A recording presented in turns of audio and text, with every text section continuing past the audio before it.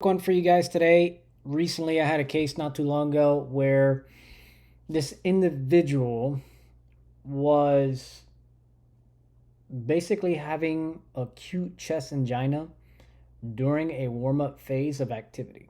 So, here's the thing everything is cleared. Everything was cleared. They did a massive amount of diagnostics. Everything is super clean. Um, I don't want to get into too much of the details, but pretty much heart was super clean. Coronary arterial disease is clean. Like there is nothing. The only history would be smoking for a long period of time, a long time ago. That's it. And then aside from that, when having conversation with this individual, noticed shortness of breath during the conversation. And the last would be there is known sleep apnea alongside with some issues with acid reflux. Acid reflux is not it. So it's usually confused with some type of chest pain or angina, but it's not in this case. So super clean person. So then spirometry shows that they're very good as well. During this resting spirometry test, I was able to notice that the volume wasn't as sufficient as I wanted to be when they take in a deep breath. And then secondly, the frequency of breaths was actually, it takes too long for the inspiration to occur. So he said, let's do a VO2 max. Let's see what's going on. This person cannot, something that they've mentioned is that they have a dulled heart rate. So I said, well, let's take a look at it.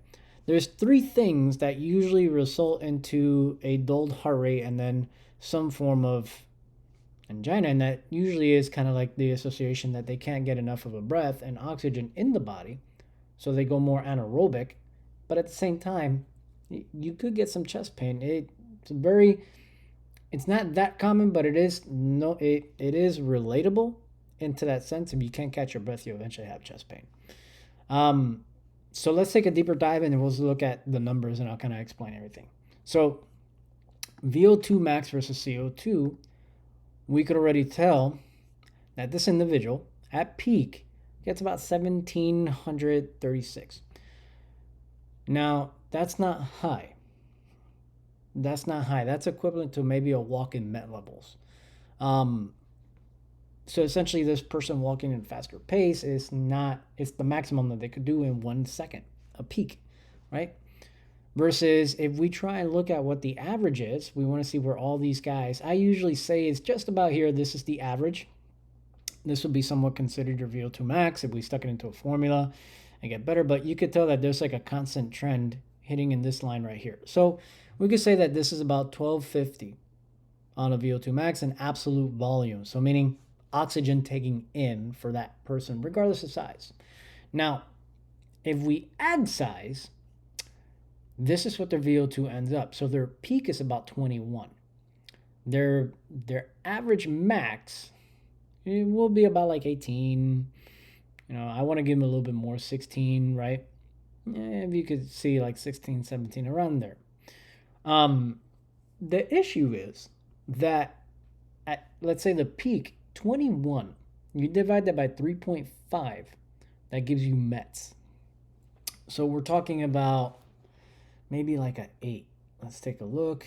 21 divided by 3.5, 6. So pretty much this person jogging is the maximum amount that they could do, a jog. And we're talking about like a 6 mile per hour jog. That's not good, because something that acquires 3 METs, like walking, is already half of their capacity. Just give yourself a moment to think about. It's half of the capacity that this person can do. That's not good. It means that after a while, walking consistently, it's a challenge just doing that, walking 3 miles per hour for a while long. So that's not, no one wants to be living in a life like that. Well, why don't we start looking at what we can do to make that change? So this individual, older age, 70s, max predicted heart rate. So predicted is about 149. Okay, 220 minus age. That's typically what we all use. And then essentially, we will go off of that, right? So this individual got up to 103 at maximum capacity. And then we'll talk about these small spikes. At 103, they still have a big variance of maximal predicted heart rate. So efficiently enough, this is not normal, especially if they're not taking anything that will suppress their heart. So something's going on there that they're not able to bring that up. So let's take a look. Just if you guys are curious about how our energy system works, I'm just going to throw it out there. This is what it is. Carbohydrates go into higher intensities. Fats start to diminish down. Fats are primarily in the lower intensities. We want to be in here. We want to burn both at the same time, where you want to lose the most weight possible and get the best conditioning you can at a lower intensity. That's another topic, another day. That's how I program for people that are trying to lose weight and still have good benefits, especially those that have been training for a while. But back to this individual. So what we want to look at is ventilatory threshold, just meaning how much oxygen they take in versus breath. There's the main thing we want to see is where there's like 2 times that it really does a higher slope, and you can see that it kind of goes into a higher slope from here. So this would be considered VT1, and then a secondary high slope just around this area. So this would be considered VT2. VT2 is really closely related to hitting lactic threshold. If you can see VT2 is just around here, and all of a sudden lactic threshold goes up. It means how when they officially went from aerobic to anaerobic. But what I want to look at is, why is there a dulling pace right off the rip, right? Why is their heart rate really dulling out after a little bit? And this is how we figure it out. What relates to heart rate changing during activity is, one, how much oxygen you're able to consume during that, so your heart rate doesn't have to compensate so much. Once your lungs hit a certain plateau in oxygen uptake, then your heart rate takes a spike. Makes sense to compensate, to try and pull in more and more oxygen from the amount that you are now being able to consume. Second thing that changes is the amount of breaths you take. Not just the volume, but the amount of breath. So to compensate for higher activity after your heart kind of like doles out, the amount of breath taken increases. So now it has to go much higher. Right? So now you have frequency and volume. That's very important to keep your heart rate low until that plateaus, until those 2 numbers plateau, and then eventually that heart rate needs to spike up. So now let's actually take a look at what's going on. Let's look at breath. So breath per minute. And I'm going to put it next to heart rate. But you see breath per minute, kind of like 30 right off the beginning. That's not really a good thing.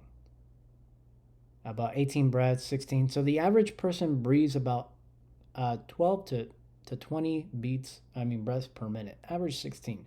So he's already starting off with 19, 20 at a very slow pace, 1.2, 1.7 miles per hour. As we get higher in the intensities, it shoots up to 20, and then eventually at the maximum capacity shoots up to 28, and then 30. But you see how this kind of plateaus? That's going to spike up his heart rate. But it doesn't. It doesn't till the very end. So this is, his breath frequency is not great. I would want to see it a bit faster. I wanted it to happen a little bit sooner so that the heart rate doesn't jump up so high. Cool. So that's one thing that we can modify. The amount of breath frequencies without him feeling dizzy is one thing. Now let's take a look at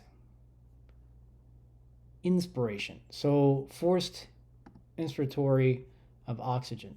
And here's the thing. Again, I mentioned it as one of the things, but you see how he has a constant volume? It doesn't really change. He doesn't have too much of a change in volume. And then even up here, when he starts to spike up, this is where it changes, right when he's already getting tired. There should be a slowly, small increments of changes over time, but he just plateaus right from the beginning. 20, 20, 20, 20, 20, 20 average. So this is an indication that he's not taking breaths. He's not being able to take big breaths for him to be efficient. So now we already know that there's an efficiency during activity, not at rest, but during activity, he doesn't take in a lot of air.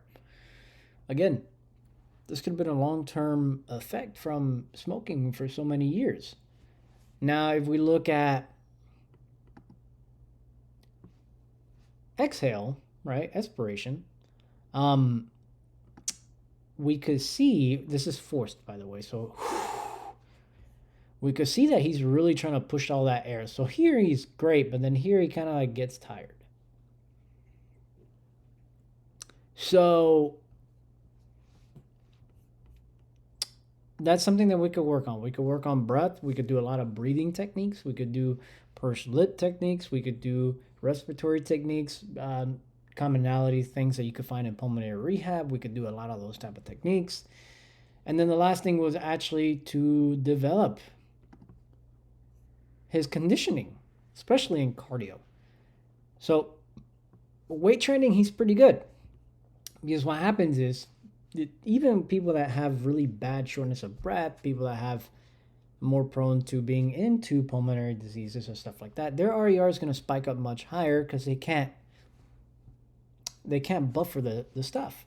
But in this case, he's able to sustain the buffering for quite a bit, more than like 3 minutes, until the very end he gets tired.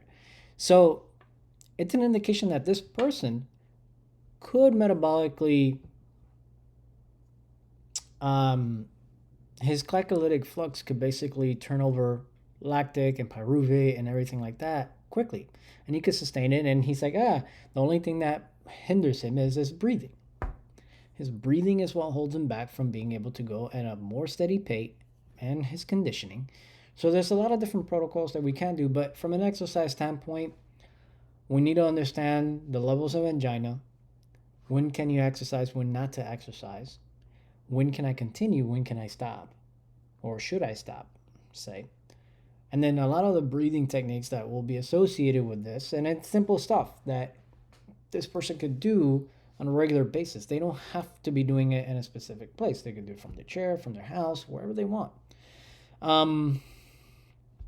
That's mostly it for this stuff. There's a few other components, but I'm not going to go too crazy on all this stuff.